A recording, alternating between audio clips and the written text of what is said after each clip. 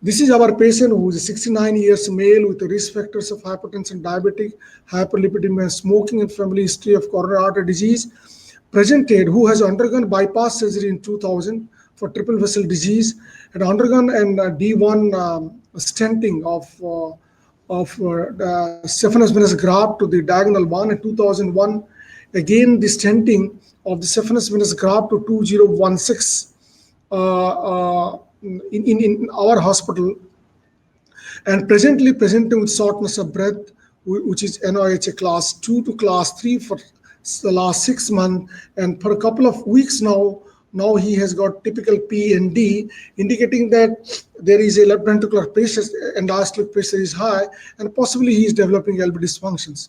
This CABG, the journey of the CABG is basically the life of the venous graft. As the venous graft was done in 2000, automatically these two, one of that is closed. He has got a REMA, right internal mammary artery, in 2000, which is patent.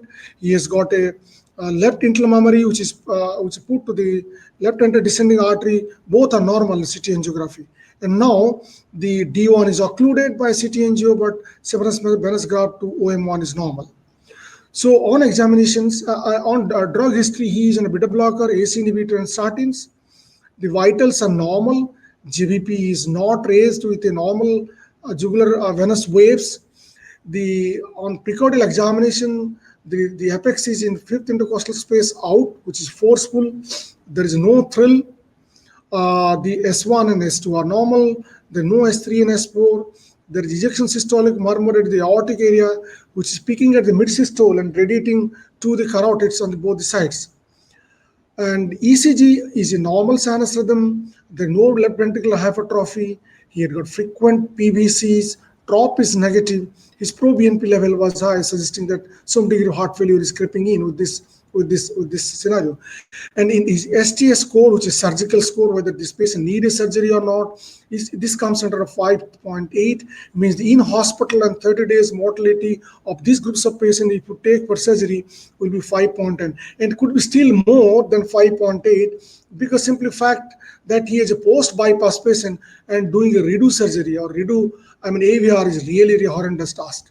So what does the symptoms tell? He has got a shortness of breath, indicating that the left ventricular and diastolic pressure possibly is slightly high. He has got two subsets. One subset coronary artery disease. Another subset, of course, is aortic valve stenosis. So now the shortness of breath is basically because of the coronary artery disease and LV dysfunction, or it is basically aortic stenosis. That has to be decided. The line of management are entirely different. Echocardiography shows that it is triliflate, calcific, mean gradient is just 40. Thereby I mean 40 and down is not severe mean gradient. 64 is again is just borderline, the upper limit of normal. This qualifies for low gradient aortic stenosis. And the aortic valve area is less than 1. Again, the aortic valve area tells that it is severe stenosis. Ejection fraction is 49, indicating that left ventricular LV impairment with a valve motion territory in the circumflex territory. And the calculated stroke volume from non-invasive criteria is 34 ml per meter square, which is indexed. Any stroke volume below 35 is a low flow situations. So our case typically classifies for basically a low flow, a relatively low gradient aortic stenosis. So one may argue out that why should you intervene in this low gradient scenario? The LV dysfunction could be just because of coronary artery disease, and that's a case for medical management. Look at the TDI, tissue Doppler imaging, which shows that it is around 17, more than 10, 14 E by EDS ratio, indicating that there is a left ventricular and diastolic pressure is high. So now the LVEDP, raised LVEDP is because of the aortic stenosis, or it is because of left ventricular dysfunction because of the coronary artery disease. That is the bone of contention. So we know that our patient qualifies for a moderate, just 4. The meter square is 64. Our also case qualifies for stage 1 disease because the left ventricular damage, left ventricular the ejection fraction is 49%, and E by E dash is more than 14. So our case is stage 1 and moderate, indicating that it is stage 1 relatively low gradient, definitely low flow situations. So go ahead with that. And how to diagnose for the students when you try to, give a diagnosis, tell that this is aortic stenosis, one. Number two, it is valvular, means you have to tell the level of aortic stenosis, whether the aortic stenosis is valvular or below the valve, which is subvalvular, or above the valve, which is supravalvular. We must have to qualify that it is moderate to severe. In this, it looks like a 64 is borderline on this side, but the mean gradient is 40, indicating that it could be moderate. He had definitely coronary artery disease with LV dysfunctions and frequent ectopics. He is in heart failure CHF because of the two things. One, he has crescendo shortness of breath for a year, increasing shortness of breath for 6 months, and a history of PND, indicating that it's left ventricular dysfunction and there is mild pulmonary congestion substantiated by the raised pro-BNP level. And he invites a class 3 and also has a risk factor. This completes your diagnosis. So how do you go about this? The echocardiography I have told, again I'm repeating that it qualifies for a low stroke volume. So this is a low flow, relatively low gradient aortic stenosis. So the critical question is that why is this aortic stenosis? What is the level of obstruction? How severe is the stenosis? Does he need an intervention? And what is the best current option for him? So ejection systolic murmur in the aortic area related to carotid with no change in the dynamic auscultation. Usually, if it is subvalvular, basically on standing, if it is a dynamic one, on standing, the left ventricular volume becomes more and the ejection systolic murmurs get very prominent. So if you don't get any change in the dynamic auscultation, could be it is most likely it is not subvalvular, except in a children though he's got a subaortic membrane. So this qualifies for the aortic stenosis. And why you tell it is a valvular? Normally the presence of ejection click qualifies that this obstruction is at level of valve. But in a patient who is 69 years, we know that these aortic valves are calcific. We know also that his age is around 69 years. So the ejection click may be absent. So absence of click in these groups of patients does not exclude a valvular one. So still, because you do not have a click, still we can commit for a valvular aortic stenosis. The subvalvular aortic stenosis, usually you have murmur in the second aortic area and a change in dynamic auscultation, whereas in our case, it is basically there in the aortic area and radiating to the carotid. So that's why it is not subvalvular. It could be just supravalvular. We know that supravalvular aortic stenosis can be above the valve. The murmur is high up in the second right intercostal space, and there will be asymmetric radial pulse. As I've told, the vital is normal, but in aortic supravalvular aortic stenosis, usually the right side pulse is better than the left side one because selective streaming of the blood flow to the right subclavian artery. We also know that is the aortic stenosis severe? No, the symptoms has got shortness of breath, PND with a raised pro-BNP. One may qualify that it could be just a coronary artery disease. The gradient is just moderate, but still we have to evaluate this.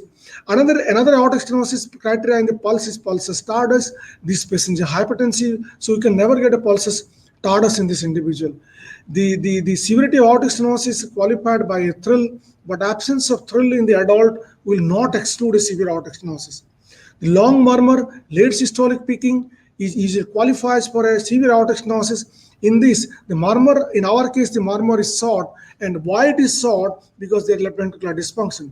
Left ventricular dysfunction in the pulse, or dP by dt, or the pressure generated in the LV is relatively slower. So the ejection time will be not longer, it will be shorter, and that qualifies for a short murmur in the aortic area.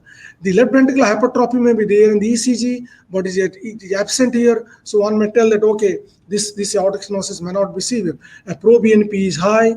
This qualifies for a severe aortic stenosis. Again, the contradictory point is that he has got a coronary artery disease.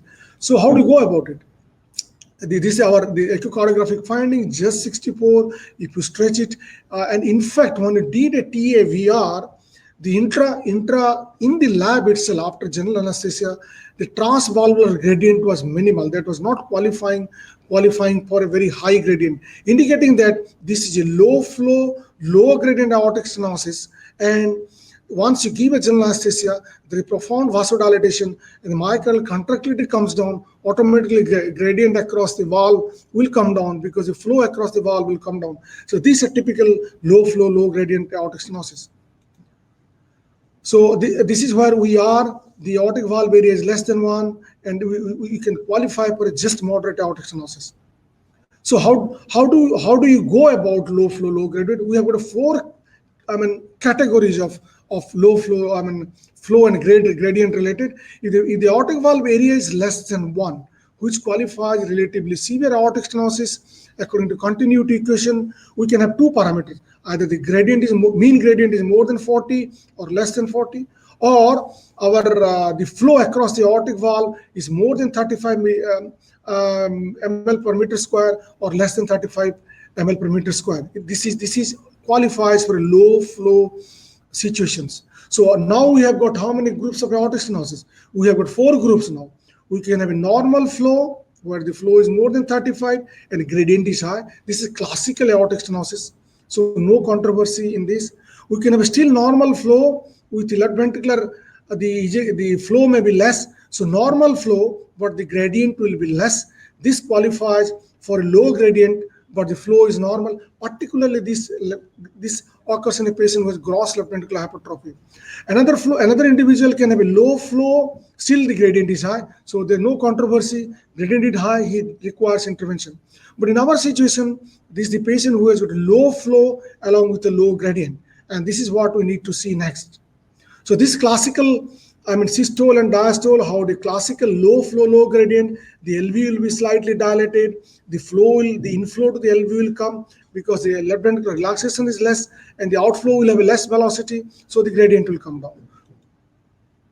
So how to go about low flow, low situation? Ideally, we should do a dobutamine stress echo. Once you do a dobutamine stress echo, it is just the inotrope. And once the myocardial failure is there, and this inotrope will increase the stroke volume by more than 20%. And once the stroke volume is increased, true severe aortic stenosis, the gradient will cross 4 millimeter, 40 millimeter mean gradient, and this qualifies for true severe aortic stenosis. If it is not, then possibly it is pseudo-severe, treat for heart failure therapy and also hypertension. In this case, we could not do a dobutamine stress echo because he had frequent ectopics. As you know that in a patient who has coronary artery disease, if you have got a frequent ectopics, start giving a dobutamine challenge, they can develop a ventricular tachycardia. So this arm was closed for us. So what we thought, if the stroke volume is increasing, let us say presuming less than 20, what we presume on not doing dobutamine stress therapy, we did a multi-slice CT aortic valve scoring. If the aortic valve calcium is nearing around more than 1200 in female and nearing around 2000 in male, that qualifies for a true severe AS, and that should be treated either surgically or the transcatheter aortic valve. In fact, when integrated, this is what the true AS is in our patient. When the flow is, we are not able to do a dobutamine test. Few centers, they tell that CT calcium more than 1650 is enough to qualify for aortic stenosis. So what we integrated with a CT scan to our patient, and we got this is the aortic valve calcium. Aortic valve calcium was nearly 2000, and this qualifies for a intervention in a low flow, low gradient situation. So before we intervene, as you know, that though the STS score was 5.8, doing reduced surgery with aortic valve replacement who has undergone a bypass surgery, the risk is really, really high. So we can always contemplate, okay, that we are not doing a sternotomy. We can do a mini thoracotomy in right intercostal space and do a minimally invasive surgery to do aortic valve replacement. Look at the right internal mammary, which is very close to the right sternal border. So this could be dangerous to do a minimally invasive aortic valve surgery. The interchest wall thickness in the CT was just 8 to 10 millimeter. So we plan for a TAVR, transcatheter aortic valve replacement. This our the guideline says that we can do really.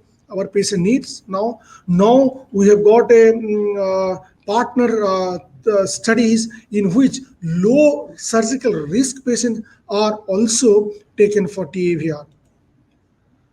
We did a CT scan evaluation of the aortic root. It qualifies for a 23 aortic valves, transcatheter valve, which is derived from the perimeter. We interrogated the valve for the calcium. These are the calcium scores. We got the aortic root angio on CT to really get the co-planar, where you can see really all the three cusps at one plane, and take that plane and fluoroscopy and do a aortic valve implant in that position. We also interrogated for our coronary height.